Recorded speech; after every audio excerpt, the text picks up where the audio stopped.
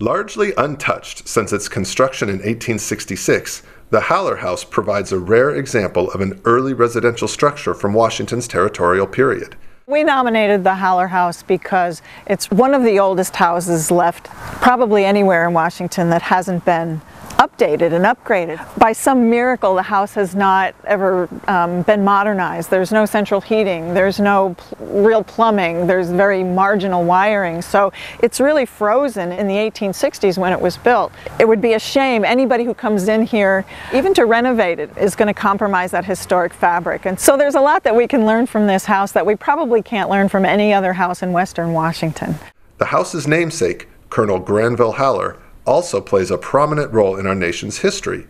A career military man, Colonel Haller fought in several wars, including the Pig War on San Juan Island and the Civil War. After being relieved of his duties during the Civil War, Haller returned to Puget Sound, constructing his house in downtown Coupeville. And the other reason that we really felt it was important to nominate this house is because of the man who built it. His name was Colonel Granville Haller. Here in Coupeville and on the reserve, we're often talking about the sea merchants that founded Coupeville and the farmers that started farming the prairies with the first donation land grants and all.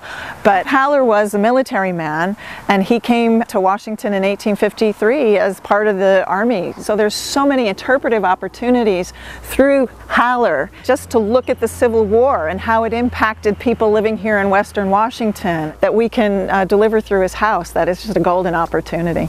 Vacant since 2006, the house is presently listed for sale. When well-intentioned hopes to see the house preserved and interpreted as a historic resource fell through, the current owners were forced to put it on the market. They are in a position where they can't afford to fix it up themselves. Nobody else can afford to fix it up either. And so they've been really kind of Herculean in holding up the house, holding it in safety, so to speak, until someone else could come along and take it off their shoulders. So it will take a very special person or group of people to do that.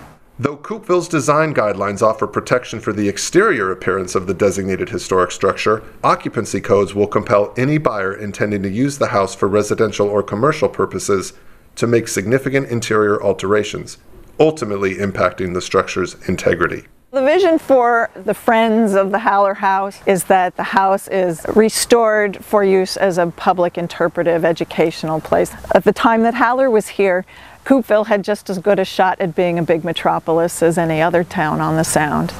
It didn't happen, but in a way that's good because we have more pre-1860 houses, pre-1870 houses than any other town in Washington.